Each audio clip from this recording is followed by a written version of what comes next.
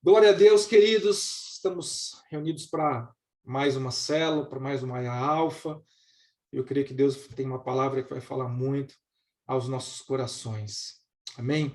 Nós estamos aí numa campanha dos fatores antagônicos, né, ou daquilo que, né, são diferentes, distintos entre si, ou seja, coisas positivas e coisas negativas, e como a Bíblia trata disso, e também trazendo a luz, né, trazendo a verdade sobre esses tópicos, fazendo com que a gente compreenda qual é a vontade de Deus. É claro que a gente sabe que Deus quer sempre algo positivo, e a gente vai precisar discernir aquilo que é positivo de negativo para entrarmos dentro dessa esfera daquilo que Deus quer realizar nas nossas vidas, para que possamos viver uma experiência completa, plena e profunda, não somente com Ele, mas com tudo aquilo que Ele coloca à nossa volta, com as bênçãos que Ele derrama sobre nós.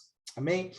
E o tema que nós vamos ter especificamente para essa reunião será a soberba versus o coração ensinável. Eu quero te dizer que provavelmente você sabe, né, muita coisa sobre a soberba e sabe também muita coisa sobre um coração ensinável. Mas é verdade também que a gente conhecer, né, o que uma palavra significa, nem sempre é para nós o entendimento de que nós estamos praticando aquilo ou não, visto que nós temos uma grande dificuldade de discernirmos em nós mesmos os problemas que nós temos. E a própria Bíblia já fala isso, que é muito mais fácil eu enxergar o cisco no olho do meu irmão, que é pequenininho, um cisco, do que eu ver a trave que está nos meus olhos, ou seja, eu tenho muito mais dificuldade para entender aquilo que em mim está fora do propósito de Deus, e eu tenho muita facilidade de ver o que está fora da vontade de Deus na vida do meu irmão, né? Mas eu creio que o Espírito Santo vai nos ajudar a compreender não apenas a diferença entre esses dois tópicos que nós vamos tratar, né, a soberba e o coração ensinável, mas também vai nos ajudar a caminhar para aquilo que Deus tem para as nossas vidas, aquilo que Deus quer que nós caminhemos, que é um caminho de bênção, que é um caminho de vitória. Amém? A gente vai começar com um texto bem curtinho, mas a gente vai ter muita palavra hoje, porque eu quero deixar gravado efetivamente tudo aquilo que nós vamos estar falando, vai estar baseado na palavra, bem instruído, né, dentro de um contexto que é muito importante, e eu creio que vai falar bastante conosco sobre a soberba e o coração ensinável. E o nosso texto inicial, o nosso texto que vai servir de abertura para essa palavra, está no livro de Tiago, no capítulo 4, no versículo 6. E esse texto diz assim: antes ele dá maior graça, portanto diz, Deus resiste aos soberbos, mas dá graça aos humildes. Então, grave essa palavra. Deus resiste o soberbo, mas ele dá graça ao humilde. E eu fui pegar no nosso dicionário, o dicionário da língua portuguesa, para a gente poder extrair melhor algumas traduções aí, alguma coisa que a gente possa entender com mais profundidade, né, o que é soberba, o que é humildade. Eu vou começar com a soberba. Então, diz o dicionário da língua portuguesa que é um sentimento de altivez, orgulho, ok? E o orgulho é um sentimento de prazer, de grande satisfação com o próprio valor, com a própria honra, ou seja, a soberba que está ligada ao orgulho, né? Ou seja, são sinônimos. Isso está voltado para o homem, ou seja, é aquilo que é voltado para mim, é a minha própria valorização, é a minha própria força, é a minha própria capacitação, é tudo baseado em mim, ok? E quando a gente fala de humildade, olha que interessante o que o dicionário fala. Uma pessoa humilde, tá? Que não é vaidoso, tem ou manifesta a virtude de conhecer as suas próprias limitações, é modesto, que expressa ou reflete deferência ou submissão, despretensioso, simples, sóbrio, singelo, ok? Então essas são as traduções que a gente tem tanto para a soberba como para, né, o humilde ou humildade, que é a ação de quem é uma pessoa humilde. Eu quero dar uma introdução para vocês, para a gente chegar aí no ponto que é o ponto principal da nossa palavra dessa reunião.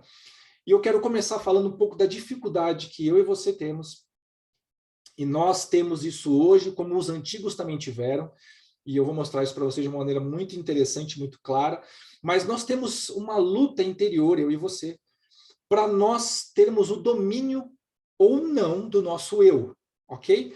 Então a Bíblia trata isso de uma maneira muito forte, quando ela fala principalmente do homem carnal, ou seja, do homem que está não apenas voltado para o pecado, mas está voltado a satisfazer a si mesmo, satisfazer as suas necessidades, satisfazer o seu ego, que aí vai incluir também a soberba, a arrogância, né, a altivez.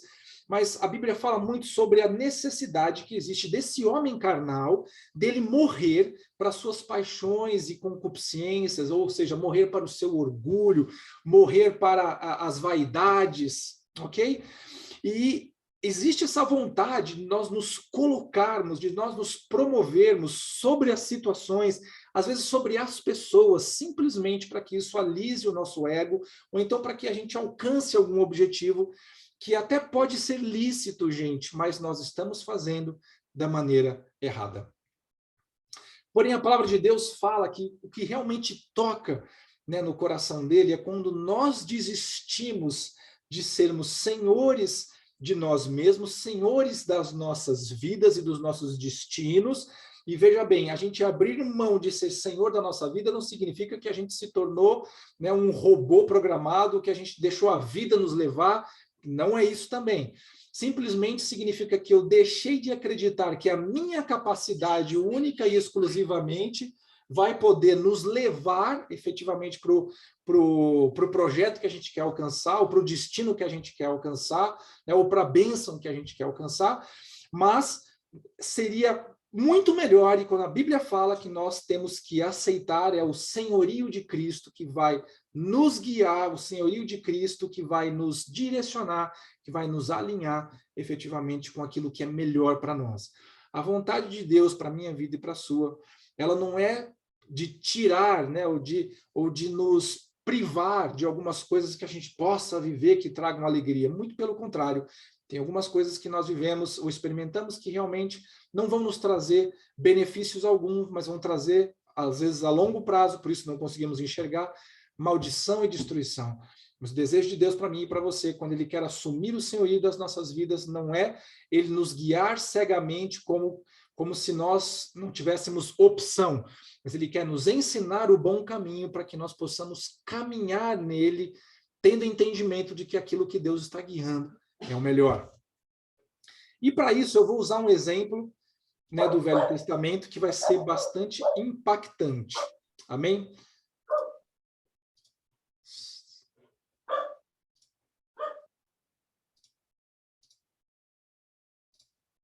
Só um minutinho, gente, eu perdi aqui, pronto. Ok, gente. Bom, eu quero começar contando uma história para vocês, tá bom? Para a gente poder falar sobre a soberba e o coração ensinável, ou pessoa humilde. Houve um tempo em Israel, logo no comecinho, quando eles entraram na Terra Prometida, ok? Eles conquistaram todo o território. Então, não sei se vocês se lembram, né? Josué fez essa conquista, entrou, conquistou os territórios.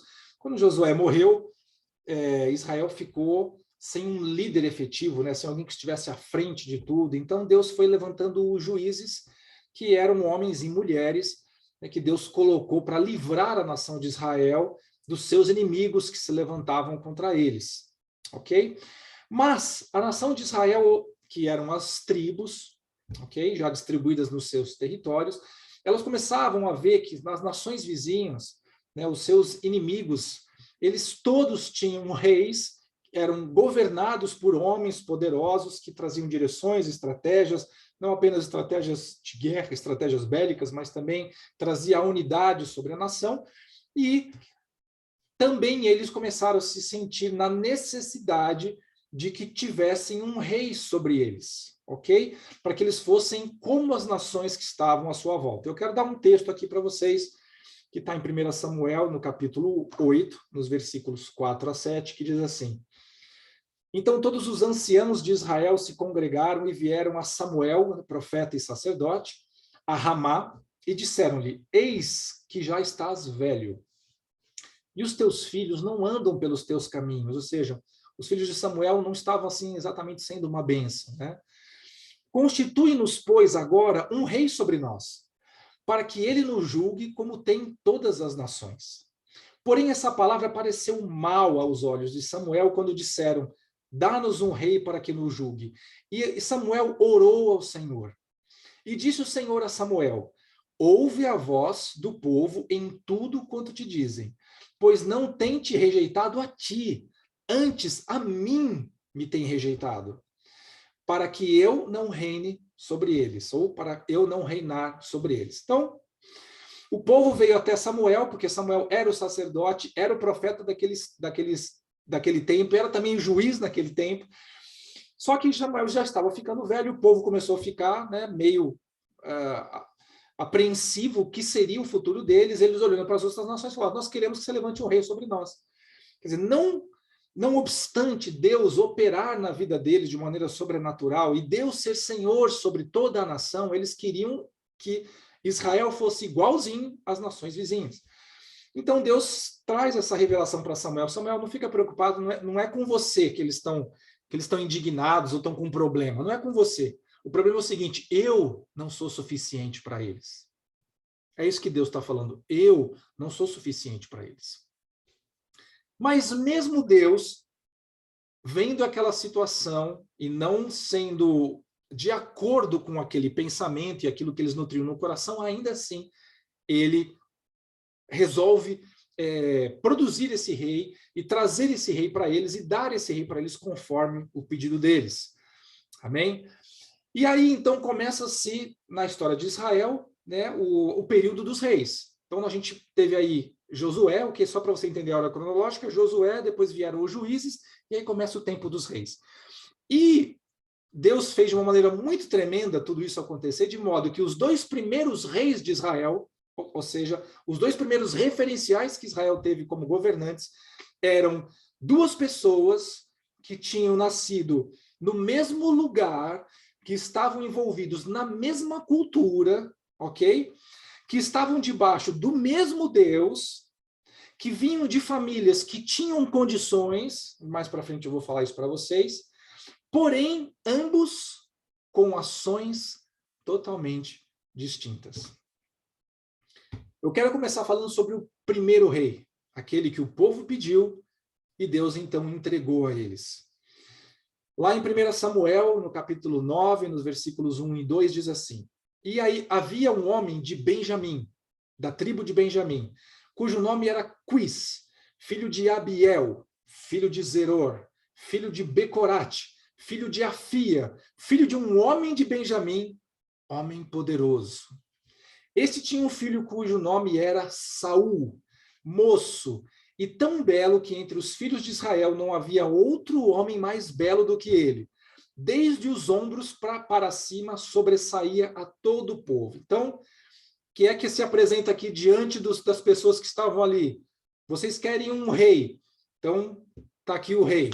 Quem era Saul? Saul era um cara diferenciado no seu tempo. A gente está vendo aqui pela descrição. Ele era um cara muito bonito, provavelmente, porque está escrito isso, tão belo que em Israel não havia outro igual.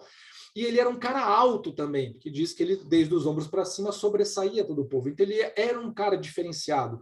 Ele era um cara que você notava ele fora da multidão. Ok? Era exatamente aquilo que aos olhos humanos, ou seja, aos olhos simplesmente carnais, parecia o perfeito líder, né? À vista de um grande, né, governante, seria, se nós fôssemos escolher meramente pela nossa vista, né, por aquilo que nós enxergamos, seria Saul. Ok? Então foi esse o primeiro rei de Israel. O segundo rei, na verdade, a gente vai ler alguns textos aqui só para eu te dar um contexto. O segundo rei, quando Samuel foi levado para ungir essa pessoa rei, ele comunicou ao pai da família, né, que ele estaria indo ao local para que ele reunisse os seus filhos e aguardasse o profeta que chegaria lá para, então, ungir o novo rei. E aí a gente entra no livro de 1 Samuel, no capítulo 16, nos versículos 6 e 7, que diz assim: e sucedeu que, entrando eles viu a Eliabe e disse: certamente está perante o Senhor o seu ungido. Porém o Senhor disse a Samuel: não atentes para a sua aparência e nem para a grandeza da sua estatura, porque o tenho rejeitado. Porque o Senhor não vê como vê o homem, pois o homem vê o que está diante dos olhos, porém o Senhor olha o coração. Então, o que é que estava acontecendo aqui? Quando o profeta, quando Samuel chegou para Jessé e pediu para juntar a sua família, ele pegou os seus filhos guerreiros, aqueles que já estavam treinados no combate, que já faziam parte do exército de Israel, e ele chamou eles para sua casa e os posicionou todos lá. E um dos filhos ele não chamou, porque ele não acreditava nele. Essa é a verdade. Ele não acreditava que aquele cara podia ser o rei de Israel. Ok? Por quê? Aquilo que os olhos veem. Então, quando Samuel chega lá e olha para aquele cara enorme, até mesmo Samuel fala: deve ser esse aqui. Já que o Senhor me mandou vir até aqui, então eu entendo que o Senhor vai ungir alguém que está aqui. Para mim, deve ser esse aqui. E aí Deus fala: não é nada disso, Samuel. Porque o que você está vendo não é aquilo que eu estou vendo. Amém? E aí a gente entra no texto de 1 Samuel 16, nos versículos 12 e 13. Então mandou chamá-lo, porque não estava ali, esse filho. Então mandou chamá-lo e fê-lo entrar na casa. E era ruivo, formoso de semblante, de boa presença. E disse o Senhor: levanta-te e unge-o, porque é este mesmo. Então Samuel tomou o chifre do azeite e ungiu-o no meio dos seus irmãos, e desde aquele dia em diante o Espírito do Senhor, ou o Espírito Santo, se apoderou de Davi. Então Samuel se levantou e voltou a Ramá. Então, o que nós estamos vendo aqui com relação ao segundo rei? Foi ungido, era um adolescente, ele não tinha os atrativos visuais que o levariam a se tornar, ou ser colocado num posto de governo, de liderança, porque um rei naquela época não era apenas um posto de governo, ele tinha que ser um guerreiro, ele tinha que conhecer estratégias de guerra, ele tinha que ser exímio com a sua espada também. Então, ele não tinha esse perfil olhando para ele. Diferente de Saul, que você olhando para ele tinha esse perfil aos olhos humanos. Porém, gente, entre Saul e Davi, Deus escolheu Davi. Saul foi levantado rei. Amém? Eu vou contar um pouquinho sobre alguns acontecimentos. Porém, por causa das suas atitudes, Deus levantou a Davi no lugar de Saul. E por que Deus escolheu Davi em lugar de Saul? Por que ele fez isso? Porque quando nós confrontamos um coração arrogante com um coração ensinável, nós entendemos que Deus vai agir em favor daquele que tem o coração ensinável e ele vai resistir o arrogante, como a sua própria palavra declara. E agora a gente entra então no primeiro tópico que eu quero começar falando para você, que é sobre as atitudes de soberba, ou as atitudes de arrogância. Eu quero pegar um texto aqui de 1 Samuel, no capítulo 13, para a gente começar a falar sobre esse tema, dos versículos 8 ao 13, e diz assim: e esperou Saul 7 dias até o tempo que Samuel determinara. Não vindo, porém, Samuel a Gilgal, o povo se dispersava dele. Então disse Saul: trazei-me aqui o holocausto e ofertas pacíficas. E ofereceu o holocausto. E sucedeu que, acabando ele de oferecer o holocausto, eis que Samuel chegou. E Saul lhe saiu ao encontro para o saudar. Então disse Samuel: que fizeste?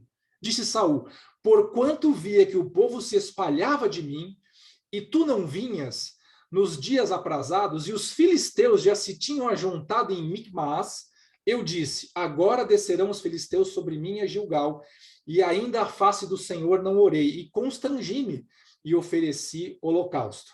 Então disse Samuel a Saul: procedeste neciamente, e não guardaste o mandamento que o Senhor teu Deus te ordenou, porque agora o Senhor teria confirmado o teu reino sobre Israel para sempre. Teria confirmado. Houve um momento, gente, durante o reinado de Saul, que Jonatas, o seu filho, atacou uma guarnição dos filisteus, ok? Matando dos inimigos. esses caras se reuniram e formaram um exército poderosíssimo, com carros e cavaleiros, ok? Um exército muito municiado, preparado e treinado, que avançou sobre o povo de Israel e acampou ali nos limites, né, da nação, nos limites ali da onde estava a nação de Israel, do seu povo, e o povo de Israel, vendo aquele exército numeroso, vendo aqueles carros, vendo todo aquele poderio de guerra, temeu muito, se apavorou de uma tal maneira que a Bíblia fala que eles foram se esconder pelos penhascos e pelas cavernas e fortificações, e alguns apenas estavam caminhando com Saul. Então, Saul vendo toda aquela situação e olhando para aquele exército numeroso à frente dele, tendo entendimento com o que ele tinha nas suas mãos, né, humanamente falando, seria pouco provável que ele conseguisse, né, impedir o avanço do adversário, impedir que o inimigo entrasse ali para derrotá-los. Então, ele toma a dianteira fazendo alguma coisa, primeiro que Deus não pediu, ok? Porque quando se oferece holocaustos e ofertas, você oferece isso, ou seja pelo pecado do povo, ou você oferece isso declarando que o Senhor é soberano e que você tem uma dependência dele, ok? Mas aqui o que Saul estava querendo fazer era fazer uma troca. Ó, Senhor, eu vou fazer um holocausto, eu faço uma oferta e o Senhor me livra dos inimigos. Como se não fosse o desejo de Deus livrar a nação de Israel dos seus inimigos. Não precisava disso, Deus não havia pedido isso. Mas, de qualquer forma, ainda que fosse ser feito dessa maneira, havia uma segunda situação que era muito complicada e complexa, porque Saul era rei, ele não era sacerdote. E um rei não pode oferecer holocaustos, não pode oferecer sacrifícios ao Senhor, somente o sacerdote. E o sacerdote era Samuel. E ali, na pressa de querer resolver, né, vendo que o povo estava dispersando, entendendo que a situação estava complexa, ele simplesmente agiu na força do seu braço, ok? Tomou a dianteira do processo, falou, me dá aqui o holocausto, me dá aqui as ofertas que eu vou fazer eu mesmo. E de uma arrogância suprema e de uma presunção, inclusive, de que Deus iria aceitar aquilo tudo, ele vai e executa algo que ele não poderia fazer. E a partir daí, Deus já começa a falar através da vida de Samuel, olha, eu teria confirmado o teu reino para sempre. Ou seja, quando Deus levantava os reis, né, aqueles que iriam assumir seriam os descendentes desse rei. Okay? Isso era natural que acontecesse, era estabelecido dessa maneira. Então, a descendência de Saul iria governar Israel. Mas por conta daquele posicionamento dele, ele começou então já a entregar isso, a perder isso e a ser destituído efetivamente do lugar onde o Senhor o tinha colocado.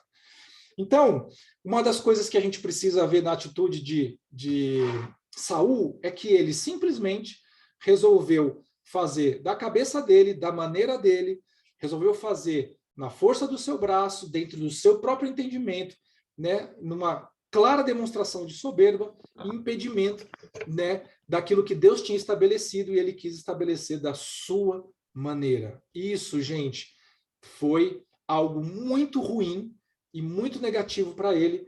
E não apenas isso, mas ele começou a dar passos que cada vez mais começaram a levar ele para esse lado negativo. Logo depois desses acontecimentos, Deus dá uma instrução para Israel que eles avancem sobre os amalequitas e entrem lá em Amaleque, na nação deles, e matem todas as pessoas que estão lá, todas sem exceção, e matem todos os animais e não tomem nada da cidade.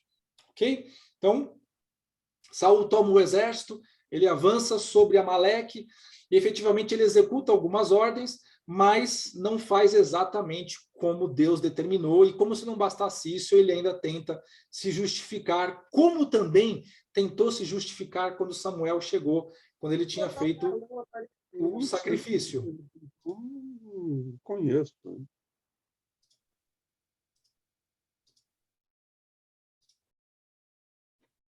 Só um pouquinho, gente, que estava com um som aqui de fundo. Pronto.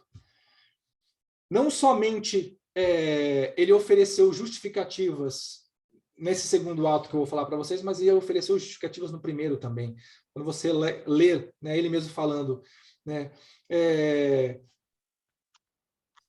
ele diz lá no versículo 12, agora descerão os filisteus sobre mim a Gilgal, e ainda a face do Senhor não orei, constrangi-me, ofereci o holocausto. Então começou a colocar, eu precisava ter feito isso, eu precisava ter feito dessa maneira.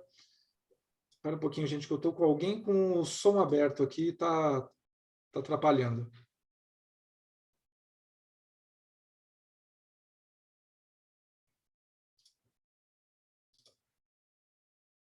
Ok, gente, retornando agora aqui. Então, ele oferece, né, justificativas para aqueles atos que ele estava tomando, como se por conta da justificativa, aquilo que ele estava fazendo, que era contra a vontade de Deus, pudesse estar ok. Então, isso aqui que eu fiz não era o que Deus ordenou, mas eu fiz por causa desse motivo, como se a justificativa mudasse, né, o coração de Deus. E a mesma coisa aconteceu lá quando eles invadiram Amaleque.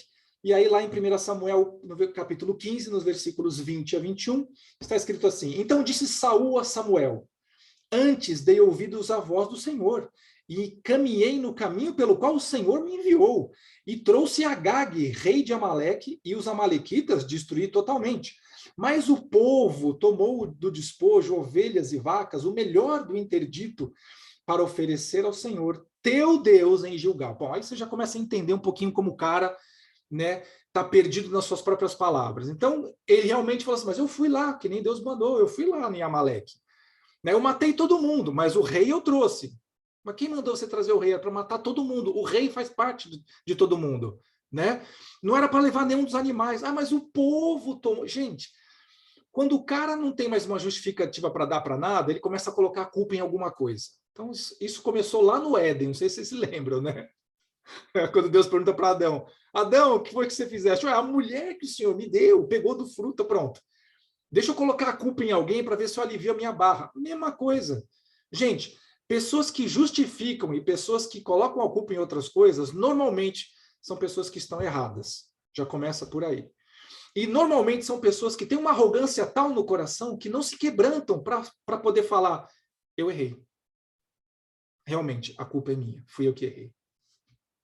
Então a gente vê aqui, por essas atitudes de Saul, um coração arrogante, né? Um coração que não era entregue diante do Senhor, e isso acabou sendo por um tropeço violento, tanto para ele como para sua descendência. Por quê, gente? Lembra que eu falei para vocês que o rei era estabelecido e a sua descendência permaneceria? Pois é, o que acontece, gente, é que para que o segundo rei pudesse reinar, lembrando-se que o primeiro ainda estava vivo, tanto ele como toda a sua linhagem tinha que morrer. Então, para que Davi pudesse subir como rei, a linhagem de Saul tinha que acabar. Então, olha que coisa terrível, gente, um coração como o dele, um coração que não era entregue, um coração que estava literalmente cheio de arrogância, de soberba, de eu posso, eu sou o rei, o poder está nas minhas mãos, ok? E isso foi em ruína para a vida de Saul. Em contrapartida, a gente entra no segundo tópico, que são as atitudes de humildade. Eu quero começar aqui com uns salmos, gente, que está lá no capítulo 34, nos versículos 4 a 6, que diz assim: busquei ao Senhor e ele me respondeu, livrou-me de todos os meus temores. Olharam para ele e foram iluminados, os seus rostos ficaram confundidos, não ficaram confundidos. Clamou esse pobre, e o Senhor o ouviu e salvou de todas as suas angústias. Nós vamos encontrar na Bíblia alguns salmos do rei Davi. Nós vamos encontrar, porque Davi era um adorador, ok? Mas Davi também teve os seus momentos. E aqui eu quero falar um pouquinho sobre esses momentos, porque seria muito fácil se Davi tivesse acertado tudo e Saul errado tudo, e a gente ficaria com essa comparação de uma maneira muito clara. Mas não foi assim que aconteceu.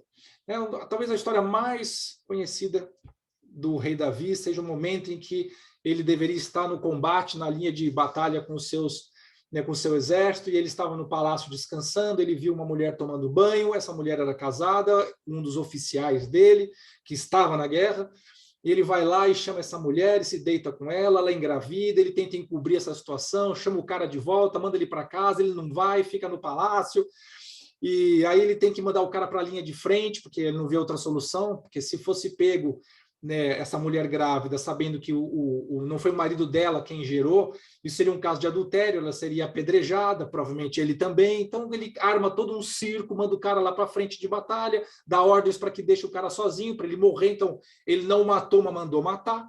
Ok? Então, adultério, assassinato, e são essas coisas que estão no currículo de Davi. Porém, gente,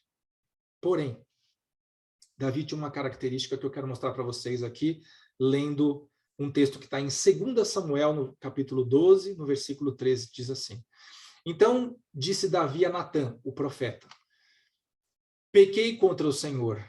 E disse Natã a Davi: Também o Senhor perdoou o teu pecado, não morrerás. Então, qual era a situação de Davi diante da circunstância em que ele soube que ele estava pecando? Porque quando ele criou toda aquela confusão, gente, eu acho que no coração dele estava tão certo que ele estava indo no caminho ok, né?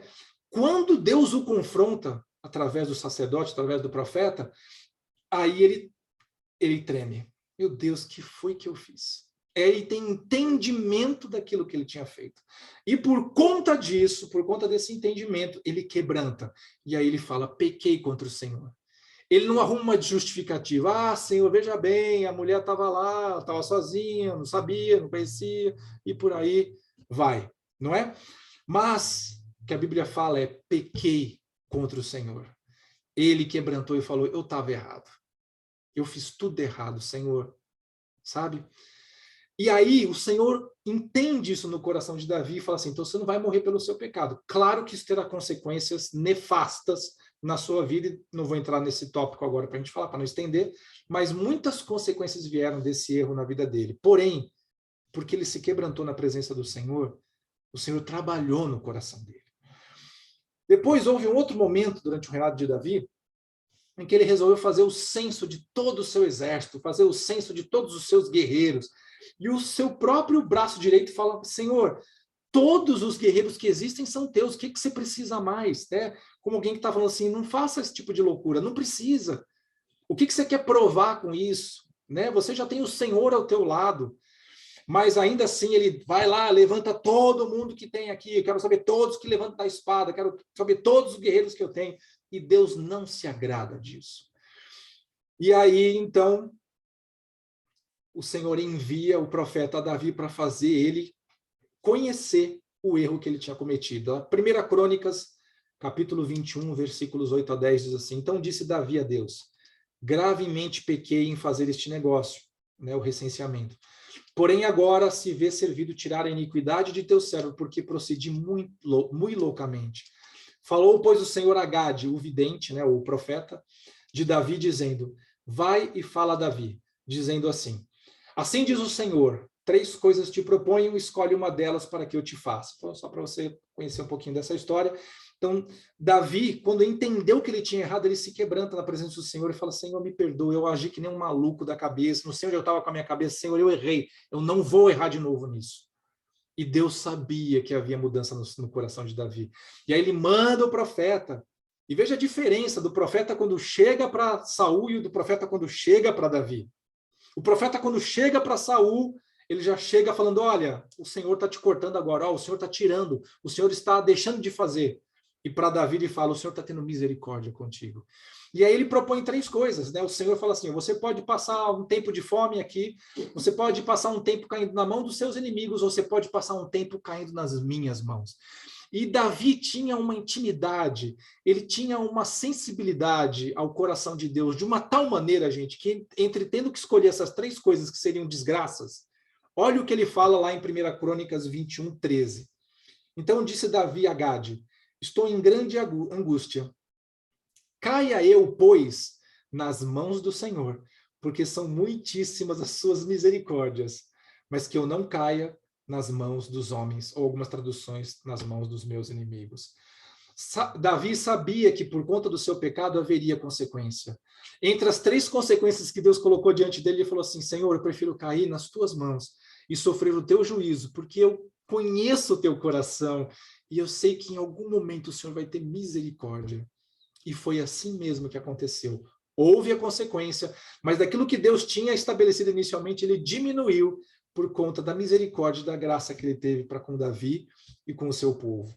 Então, quando você olha para a vida de Davi, você não vê um cara perfeito.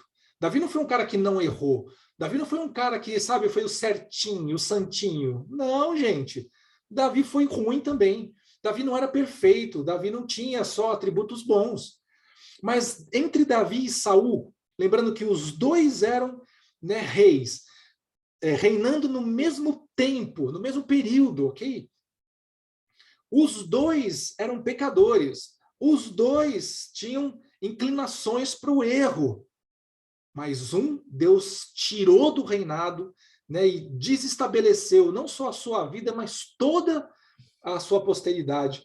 Mas com o outro, Deus o firmou e o estabeleceu. E não apenas isso, mas ele ainda disse, Davi é um homem segundo o meu coração. Ou seja, qual é a diferença entre os dois? Saul foi resistente, foi soberbo. E a soberba precede a ruína.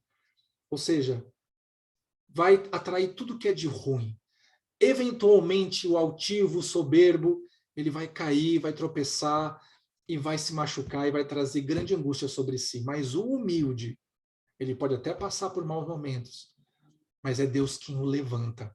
Amém? Então, quando você olha para Davi, ele era um cara que tinha como principal característica o arrependimento. Ele conseguia enxergar que ele havia errado e que ele precisava mudar. E ele mudava a sua atitude de modo que ele não voltava mais a cair no mesmo erro. Isso é metanoia, isso é mudança de mente. Ele mesmo tinha esse entendimento, não vou voltar mais, né, a pecar e a desagradar o coração do meu Deus. E por conta disso, Deus viu nele um diferencial, que foi marcante no sentido positivo. Davi, mesmo sendo rei, gente, se humilhou. E ele não tinha problema nenhum em mudar de atitude e ir para uma outra direção quando ele estava errado. E essa é uma característica que Deus espera encontrar em mim e em você. Porque toda vez que você arrumar uma desculpa, toda vez que você arrumar uma justificativa, toda vez que você tentar colocar a culpa em alguém, saiba que isso vai ser imputado sobre a sua vida. Uma hora, como eu tinha um amigo que gostava muito de falar, né? Ele falava assim, uma hora, Carlos, a conta chega. Agora, quando você se coloca numa posição de humildade, você vê o favor de Deus sobre a sua vida. E se você for olhar lá no livro de Salmos, você não vai encontrar nenhum salmo de Saul. Você não vai encontrar. Você vai encontrar os salmos de Davi. Amém? Ele venceu na humildade. Saul foi derrotado na soberba. Mateus 23:12 diz assim, e o que a si mesmo se exaltar, será humilhado. E o que a si mesmo se humilhar, será exaltado. Você precisa escolher entre se exaltar a si mesmo e colher em breve uma humilhação, ou você se humilhar, se colocar numa posição de submissão ao Senhor e ver que no tempo oportuno ele vai levantar você e vai exaltar a sua vida, o seu nome, para que o nome dele seja exaltado junto contigo. E por fim, chegamos então no terceiro tópico, que é, conhecemos então a soberba, conhecemos então a humildade. Como eu passo da soberba para a humildade? Provérbios 4:23 diz assim, sobretudo o que se deve guardar, guarda o teu coração, porque dele procedem as fontes da vida. Então Deus está dando aqui um sinal de algum lugar dentro de nós, que não é o órgão bombeador de sangue, mas o coração, né, o centro dos nossos pensamentos, centro das nossas atitudes e sentimentos que nós precisamos guardar e guardar nele, para que a gente possa caminhar da soberba para a humildade. Saul e Davi. Um filho de uma família poderosa, de aparência diferenciada, alto, belo, destacava dos demais. O outro filho de uma família abençoada e próspera. Lembrando que Jessé era neto de Boaz, aquele Boaz que casou com Ruth, lembra? Lá nos livros atrás. Então, ele é um cara que herdou posses, porque a Bíblia fala que Boaz tinha posses, ok? E outra coisa que é importante. Como os filhos de Jessé eram guerreiros e estavam no exército de Israel, naquele tempo, para que as famílias pudessem treinar os seus filhos, equipar eles com armas, exigia dinheiro, e não era todo mundo que poderia ter isso. Então, para ele ter 3 filhos guerreiros dentro de casa, é porque eles tinham condições. Então, Saul vem de uma família poderosa, de uma família rica. Davi também vem de uma família abençoada, uma família próspera, ok? Ele não tinha a aparência formosa, né? Ele não tinha a altura, a imponência, né? Não tinha os atributos físicos de Saul. Porém, Deus encontrou, então, a diferença no coração, né, de Davi. 1 Samuel 16:7, pois o homem vê o que está diante dos olhos, porém o Senhor olha para o coração. Agora eu faço uma pergunta para você. Saul nunca poderia ter mudado? Porque ele era arrogante, ele não podia ter quebrantado? Ele não podia ter permitido, né, que Deus falando com ele pudesse enxergar aquilo e falar, eu não quero mais ser assim. Eu quero mudar, eu quero ser diferente. Ele não poderia ter tido um arrependimento? É claro que ele poderia. Com certeza ele poderia, assim como eu e você também podemos. A verdade, gente, é que a verdadeira mudança, a real mudança que acontece quando nós saímos de uma vida de arrogância, de soberba, de nos acharmos suficientes em nós mesmos, para uma vida de humildade, só pode ser feito de dentro para fora. Não adianta você se forçar a ser humilde, porque você não vai suportar muito tempo essa posição. Isso tem que vir de dentro para fora. Isso é uma ação que ocorre do Espírito de Deus trabalhando no espírito do homem, e de qualquer outra maneira você não vai ter sucesso. Você não vai ter sucesso. Então, se você quer uma mudança, se você entende que essa mudança é necessária na sua vida, que você tem áreas onde você exerce senhorio e por conta disso exerce arrogância. Ok? Eu não estou falando de você ser uma pessoa arrogante em todos os contextos, você ser uma pessoa que ninguém quer estar do lado, que ninguém quer conversar. Às vezes, gente, as nossas arrogâncias são pontuais. São pequenas ações que a gente tem em certos campos da nossa vida em que nós não permitimos que Deus dê instrução e direção, mas a gente quer fazer da nossa cabeça, quer fazer do nosso jeito, e isso é soberba. Amém? Isso é falta de submissão. E você não vai conseguir mudar essas áreas da sua vida sozinho, não vai conseguir mudar na sua força apenas. Você vai precisar da ajuda sobrenatural de Deus, e eu tenho uma boa notícia para você. Ele quer fazer isso na sua vida. Eu vou dar um exemplo de uma pessoa agora do Novo Testamento, que a gente falou de Saul, nós falamos de Davi, reis lá do Velho Testamento. Agora eu vou trazer para muito mais próximos de nós, da nossa realidade, inclusive, uma pessoa que passou por essa transformação. Amém? Lembrando que existem até algumas coisas próximas aqui, né, entre essas duas pessoas em termos de caráter, né, em termos de ter certeza que está fazendo a coisa certa mesmo estando errado. Eu comentei com vocês que essa pessoa, né, a pessoa de Saul, ele vinha inclusive da tribo de Benjamim. E esse cara que eu vou falar também veio da tribo de Benjamim. Então eu não acredito em coincidência, mas sim Deus trazendo para nós uma revelação. Eu vou falar para vocês algumas palavras aqui, alguns textos que eu vou tirar da Bíblia, e depois vou contar para vocês quem é. Claro que talvez você vai matar na hora. Mas em Atos 22, 3-5 diz assim: sou judeu, nascido em Tarso da Cilícia, mas criado nesta cidade. Fui instruído rigorosamente por Gamaliel na lei de nossos antepassados, sendo tão zeloso por Deus quanto qualquer de vocês hoje. Persegui os seguidores desse caminho até a morte, ou seja, persegui os seguidores de Cristo Jesus, tá bom? Prendendo tanto homens como mulheres e lançando-os na prisão, como podem testemunhar o sumo sacerdote e todo o conselho, de quem cheguei a obter cartas para seus irmãos em Damasco, e fui até lá a fim de trazer essas pessoas a Jerusalém como prisioneiras para serem punidas. Ok? O outro texto está em Filipenses 3, de 5-8, essa mesma pessoa fala assim: circuncidado no 8º dia de vida, pertencente ao povo de Israel, tribo de Benjamim, verdadeiro hebreu, quanto à lei, fariseu, quanto ao zelo, perseguidor da igreja, quanto à justiça que há na lei, irrepreensível.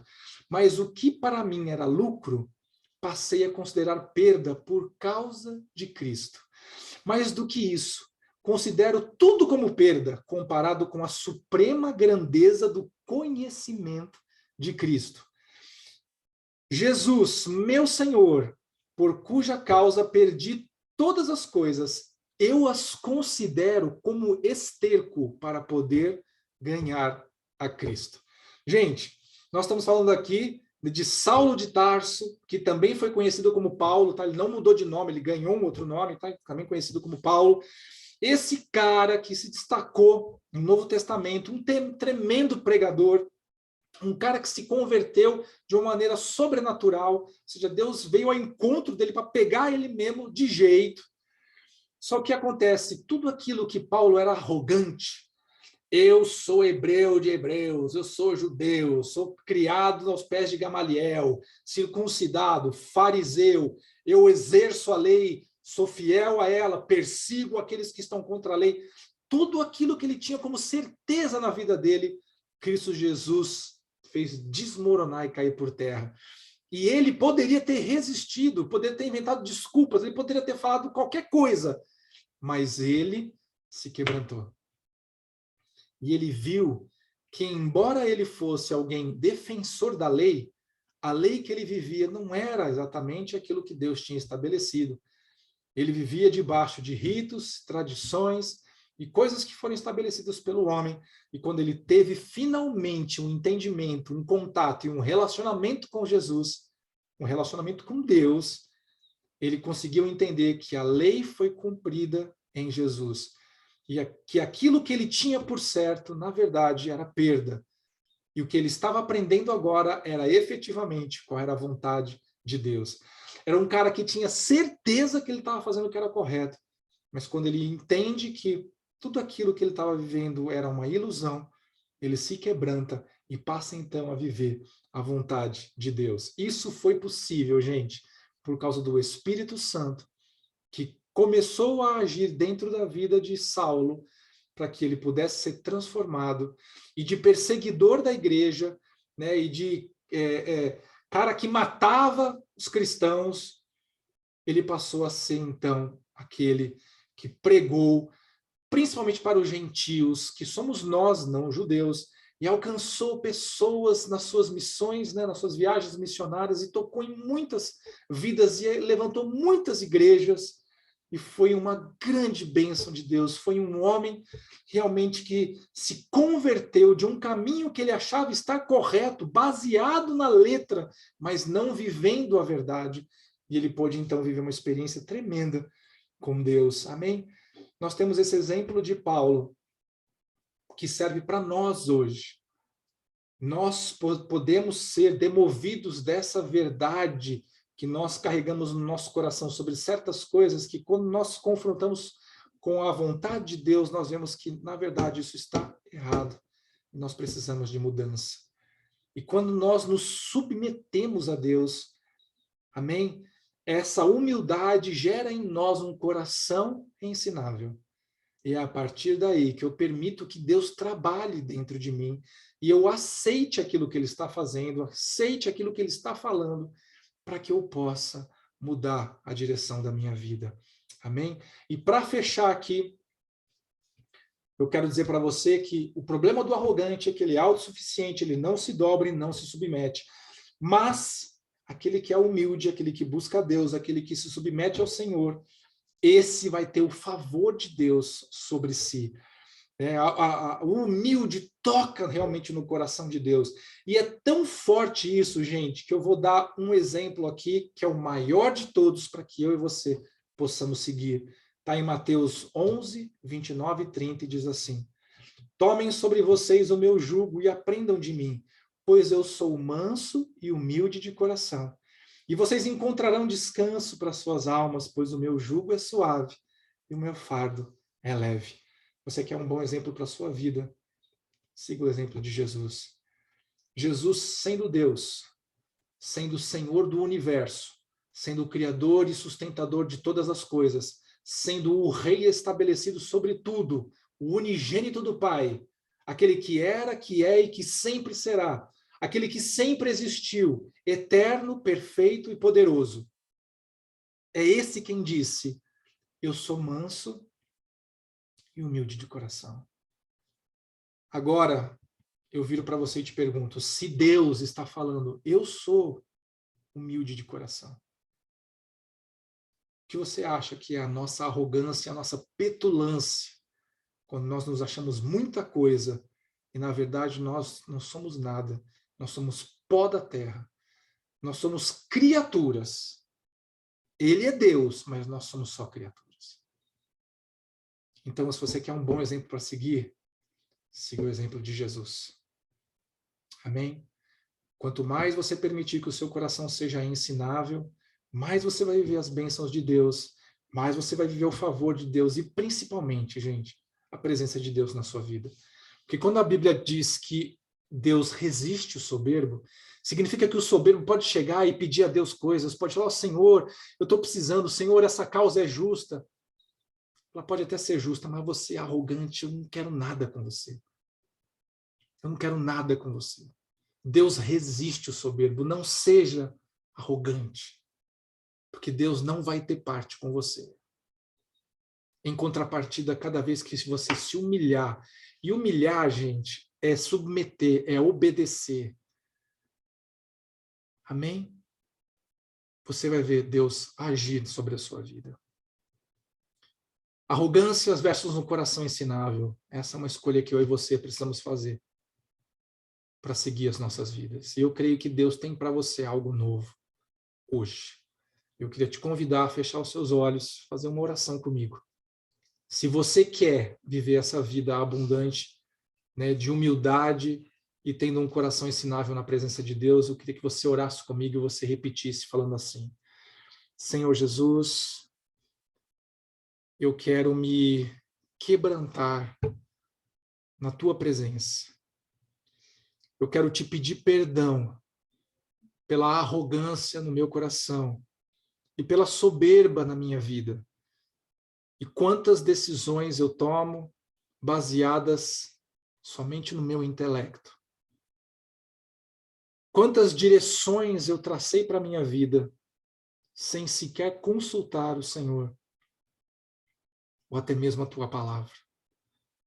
Porque eu acho que eu tenho entendimento do que é melhor para mim. Mas hoje eu quero pedir perdão, Senhor. E quero confessar que eu tenho escolhido dentro das minhas faculdades e eu sou falho. E eu quero hoje entregar a minha vida. Quero entregar o meu coração. Quero te entregar o meu destino. Eu quero deixar o senhorio da minha vida. E quero estabelecer o Senhor como rei sobre mim. E eu te peço, Jesus, vem reinar sobre a minha vida. Vem dirigir os meus passos. Vem tratar o meu coração. Vem me ajudar, Senhor, a eu ter um coração ensinável, para que eu ande na tua presença, para que eu conheça os teus valores, os teus princípios, e o teu amor. E estas coisas eu peço em nome de Cristo Jesus. Amém. Amém, gente. Glória a Deus. Eu vou te abençoar aqui e declarar sobre a sua vida um novo tempo da parte do Senhor, um tempo de um coração humilde na presença de Deus, para você experimentar coisas tremendas. Receba em nome de Jesus.